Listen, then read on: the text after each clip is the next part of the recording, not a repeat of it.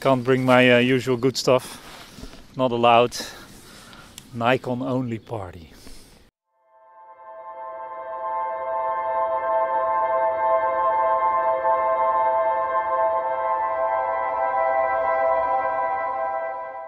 Good morning, Hans and Archie. Good morning. Yes, good morning. Full of energy this morning? Well, I do. He doesn't. It's not too early. And today yes, it's and a bit of party. a party. Last Yesterday? night. Yes. Oh, okay.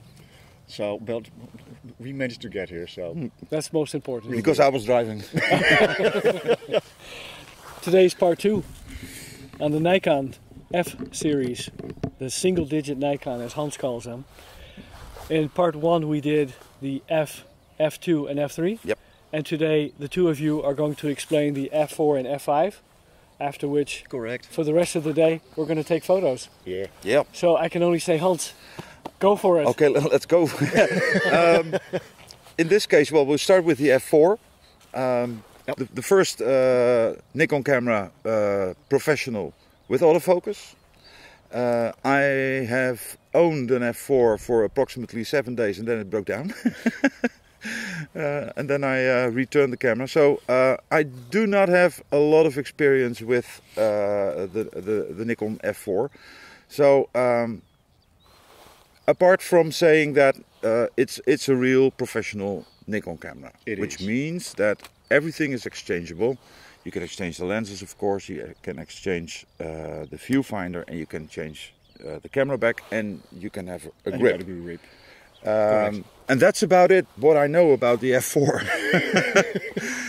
It's a... Well, that's all you need to know. Yeah, but it's a first generation or a second generation autofocus camera? First generation. First generation. Yeah. So you have to measure the speed of the autofocus by calendar. Well, to be honest, I never used it with an autofocus lens. Oh, okay. No, that's true, because you do have a rangefinder focusing screen. That's right. That's right. Because well, that too is interchangeable. That's the beauty of it. Don't know how it worked again, but Yeah, just lift it. It's the same as the F3. Yep. And there it is. Okay, nice. And this is with a split screen for manual focus. for range finding. Yeah, Yep. yeah. It works like a charm. Because just like me, you don't really own much autofocus lenses, right? One. Okay. Well, And there's the one that fits the D3, but not this camera. enough said. With the introduction of the F4, Nikon was already quite ahead of their game. But you still, to be honest, if you look at the F4, it's a camera that's well, it's in between two thoughts. It's an autofocus camera, but it has a rewind knob. Yep. You can do it manually, and you can do it motor enhanced, right? Yep. That's right. You have just a conventional shutter speed knob. Yes, I love it. Yeah, that's nice. Because with the F5, it's all menu built, so that's different. One of the things that was very important with the F4 was the speed. How many frames per second is it capable of? I believe in this configuration it's 6 frames a second? 6 frames a second. That's quite quick. And you could enhance it with a different battery grip. And then you could reach, I think it was up to 9 frames a second. 9, okay. That's pretty fast. Yeah. So when the F4 was in production from 1985, 1990? I got this one in 2000. Yeah. And it was a second hand already. Yeah, sure. So it was in the 90s. In the 90s, okay. Yeah. The only thing because I personally do not own one of these cameras. This one is of a friend of ours. This is an F5. I know the F5 because the first time I saw the F5, that was on the Photokina in Cologne, and when we were introduced on the stand from Nikon, my boss told me, well, you were going to see the new F5, but behave yourself, okay? And that was more or less what happened, because when I put my hands on this camera for the first time, and I think it was like 1996, spanning around. Well, they had surgically to remove the camera from my hands, because when I first touched it, I thought it was so innovative. The grip, the vertical hold grip, the fact that it was all in one piece, so you can't put the grip off the camera, so it's all integrated. And of course, being an original Nikon professional camera, you can exchange everything. Like, here's the viewfinder, and this is the focusing screen. So you can change it for, like, I think like 3 different viewfinders and like 6 or 7 different focusing screens.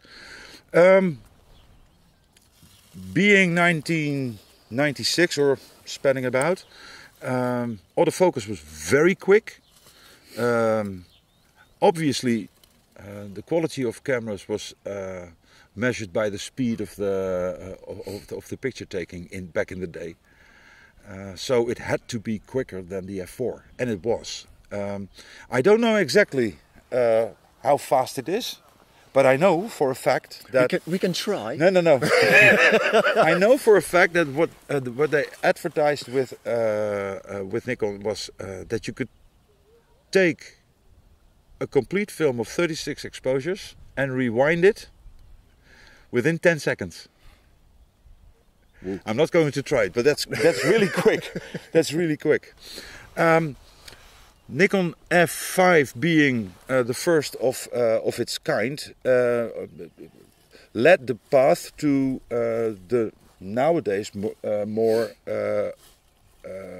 modern cameras. Because if you look at the F5 and you look at the D models up until the D6, the shape was already decided with the F5. Yeah.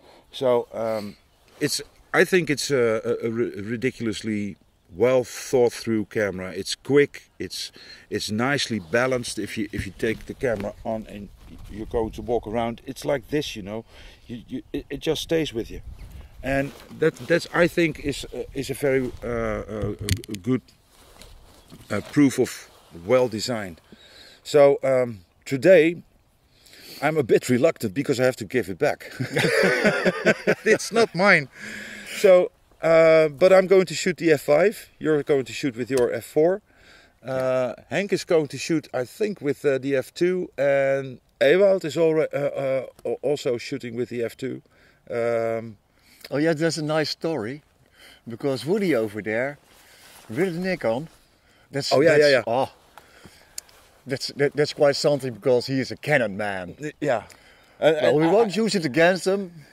Well, but we do. Well, I think it's a perfect picture already, because there's Ewald. He's a good friend of ours, and now finally he has a real camera with him. At last. So, I would say this is a nice location. We're at Radio Kootwijk, which is a historic place for shortwave transmitting here in Holland. It was built in the 1920s, and it's a beautiful building. And of course, we're going to take pictures of it, so you will see it in the pictures, the photos. So, I think that's a wrap for now. Let's go. Let's go. Let's wrap it up.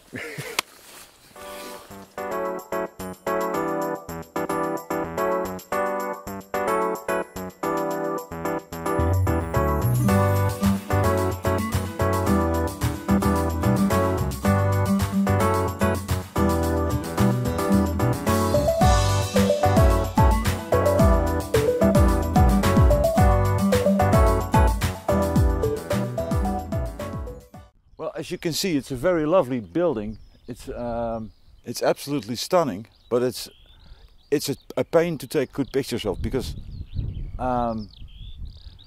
the fascination of the building is more or less the size of the building, and to capture that on a photo, well, to be honest, it's a bit of a pain in the ass, but okay, we'll struggle on.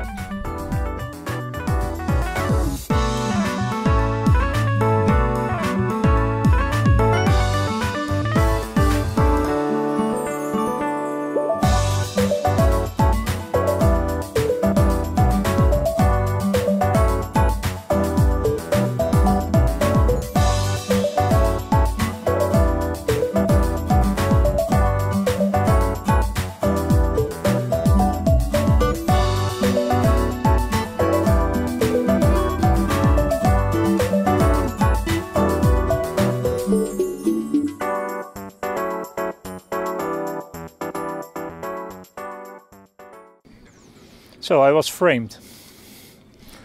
Yeah, they said, come, let's take some photos. So all I got to bring is an empty bag. Can't bring my usual good stuff. Not allowed. Nikon only party. What can we do with this? I normally always shoot Canon. So yeah, the bastards even gave me these separately. So I had to put on the lens to find out. Bayonet turns the other way around. It's good there's no light meter on this, because it will go the other way around as well. It will make you overexpose when a normal person would want to underexpose, and the other way around. I don't know what it is. It's not an Australian camera. It's from the same hemisphere, you know, northern hemisphere, just like Canon. Should be able to do it, but okay. Let's be honest. I normally shoot manual SLRs or some rangefinders. I got a Canon F1 is my beauty cam, as to say. It's the nicest one I own. Well, this, don't tell them, gets the job done. So here we are, out and about, shooting at Radio Kootwijk in Holland.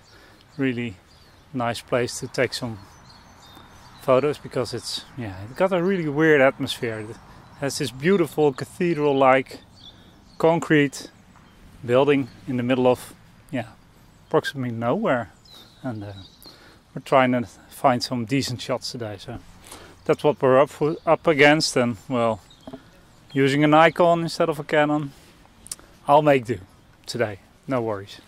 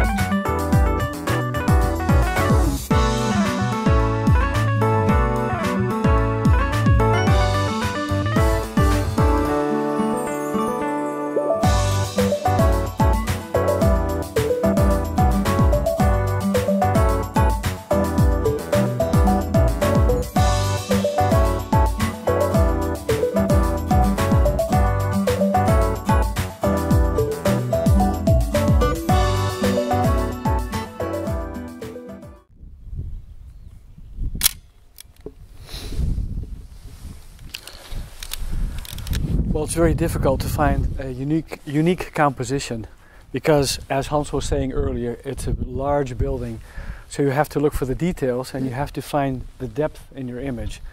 But especially going for abstract means you need various focal lengths or a zoom lens to get the good composition. And I finally found one after walking around this building more than once, so I'm very happy.